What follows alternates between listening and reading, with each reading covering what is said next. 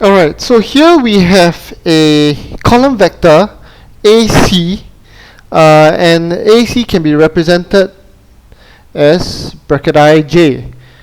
Alright, so let's say you want to find the magnitude.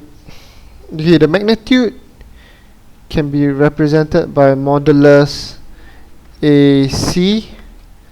Alright, it is really just square root I squared plus j squared. Alright, it is as simple as that. Alright, so let's say if you have, say, q, okay, example, okay, let's say you have q equals to 4 and 3. Okay, if I want to find modulus q, which is the magnitude of q, okay, all I have to do is square root 4 squared plus 3 squared.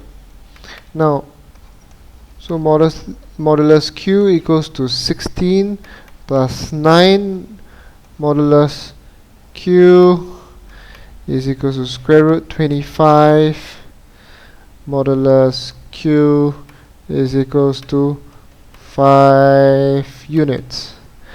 Okay, so it's as simple as that. So just want to tell you, this is the x component, okay, and this is the y component. Alright, so this is actually linked to coordinate geometry. Okay, let me give you another example. Say you've got okay, so another example here doesn't look very neat, so let me just erase it. Okay, draw a line down so that you don't get confused. Say P is equals to 1, 2 and Q is equals to 3, 2. Alright, so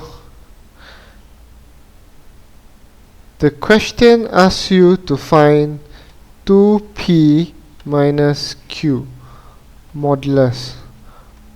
Find the magnitude of 2p minus q.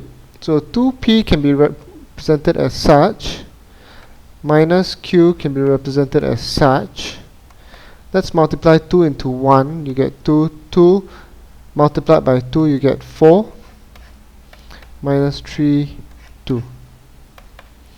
2 minus 3 is minus 1. Okay, 4 minus 2 is 2. Okay, and then you know what? You can apply the formula from here. Modulus 2p minus q equals to square root minus 1 squared plus 2 squared. 1 squared minus 1 squared is 1, 2 squared is 4, so the resultant answer will be root 5 units. So there you go. This is how you actually find the magnitude of a column vector.